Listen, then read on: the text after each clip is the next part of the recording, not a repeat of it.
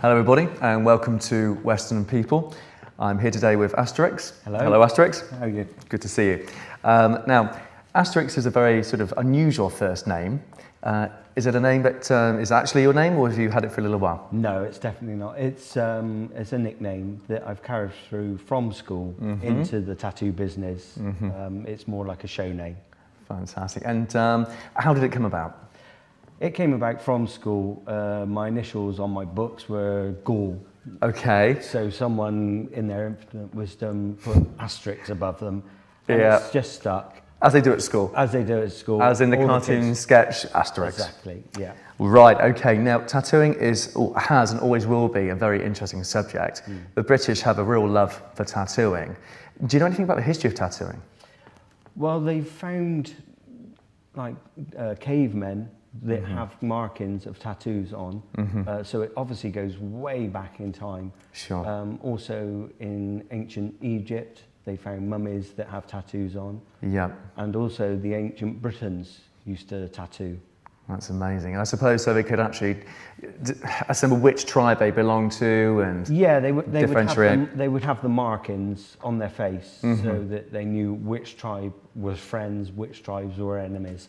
Wonderful. And they could recognize each other. Wow. The great thing about tattooing is you can actually now choose what tattoo you want to have. Yeah. But the times have obviously changed from the past as well. But first of all, a little bit about yourself.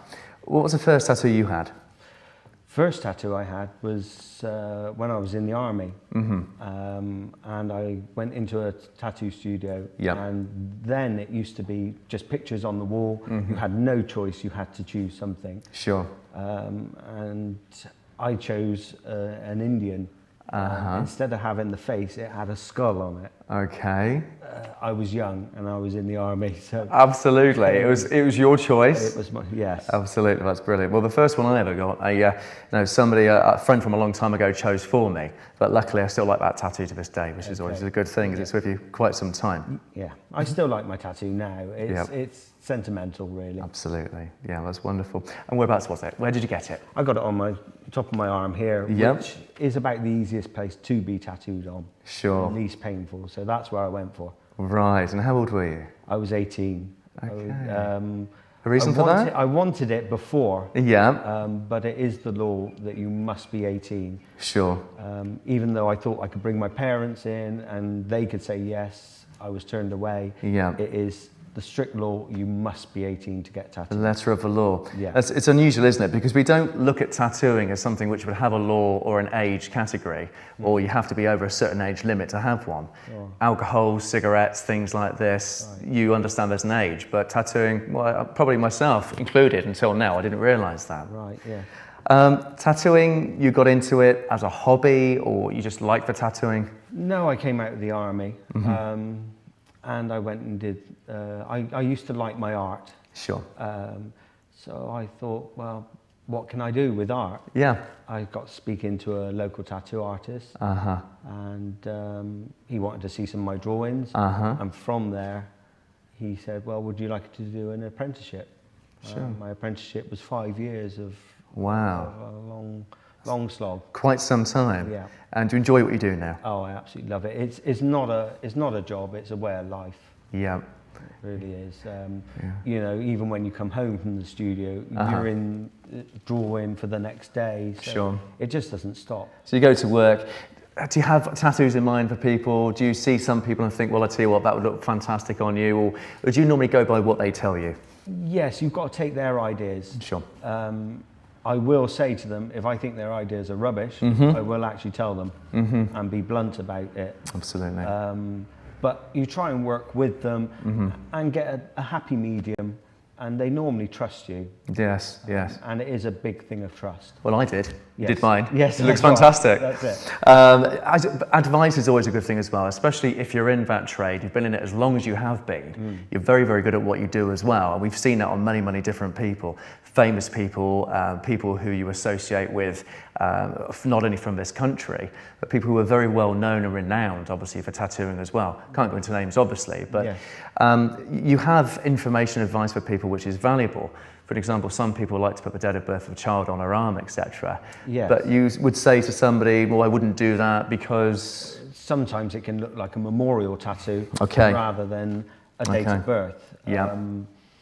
It's quite tricky, especially if you've put roses or crosses with a name. Absolutely. You know, and then you put a date. You can then look at it as a memorial tattoo. So what starts off as a romantic idea can sometimes look, go to a macabre. Well, you don't want to be upsetting people, do we? No, absolutely not. Okay, so the first tattoo that you did in your line of business, were you nervous? Oh, of course. I think my hands was shaking. I never thought I'd connect to the skin. Sure. But once I got going and started to enjoy the feeling and I knew I had the artwork in me. I had the capabilities to do it. You had the confidence that you knew what you were doing? Yes. Okay. It was just, when you first start, you're a little bit worried about hurting someone. Sure, I can understand that, absolutely. Yeah. But once you find out really it's not that painful, you're not really hurting them. Yeah. And when you get to see their face at the end of it, it makes it all worthwhile. It makes it worthwhile when they're really happy with their tattoo. Oh, that's really good. It's always nice to enjoy what you're doing as well. And you get to see an end result, but that end result isn't like a painting where an artist would paint something. It's something which is with somebody pretty much for life. Forever, yeah. It's not something you could just rub out. So, you know, it must be a fantastic feeling of self-esteem as well. So, well done. Okay, I'm going to ask you a question now. What is the most unusual tattoo that you have done? I've done quite a few unusual ones. Probably the most unusual would be like a portrait I did on a guy's back of a can of baked beans, open with the baked beans flowing out. Right. And why would somebody have a can of baked beans tattooed on their back? Apparently his nickname was Beanie. And that's all he ate was baked beans. Right. So he obviously had an obsession with baked beans. Somebody wouldn't really want to spend a lot of time with... No. Brilliant. And throughout the tattooing industry that you've actually been involved with tattooing, how long have you been tattooing now in total? About 16 years now. Yeah, so quite some time. Some time. I mean, there's old boys out there that are still tattooing into their 80s. You know, what we call old school. And have things changed? I mean, if they were to now start the business from what they knew or had a break in between, would they be surprised at some of the changes which have now taken place? The changes are just phenomenal. What sort of changes, Astrix? Really, in the last 10 years, the changes have really started to happen. Yeah. The machinery is a lot better that we use. Yeah. The hygiene is completely different. Whereas years ago, they would use one needle and that would last them until that needle was no good. Crikey, so using the same needle over and over again for the different people? Exactly.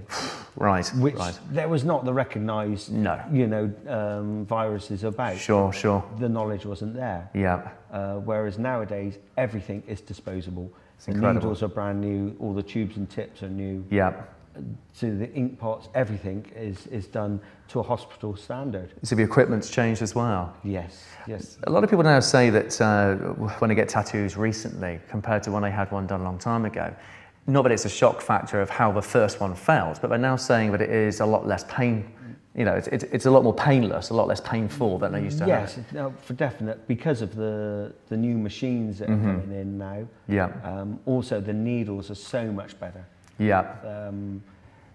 That's why it's less painful. Right. We don't have to really drive it in from these old clattery machines. Sharper, finer. Yeah, everything is just a lot more sort of like suited for. It's purpose built now for the industry. Yeah. Whereas the old boys used to have to make it in their garden sheds. And ink, has ink changed? Yeah, fairly much. I mean, they had 7 colours back in the day. Yeah. I mean, we have now a range of probably 400 or 500 different colours. Wow.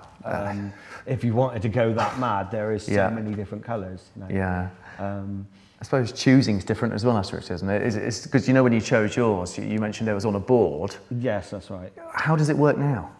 I mean, there are still studios that do that. Yeah. But as I work as a complete custom artist. So basically someone will come in with an idea. We would use the old Google and find an image sort of like photographs or anything else, and from that I would draw something for them. So everyone is getting a one-off tattoo. They're not walking in choosing the same designs like we used to have to. That's incredible, isn't it? So it's not just a case of somebody choosing something and you doing the hard work, i.e. the tattooing. No. It now involves you sort of programming. Technology is now involved as well. That you do it all on the computer. Sure. We use Photoshop.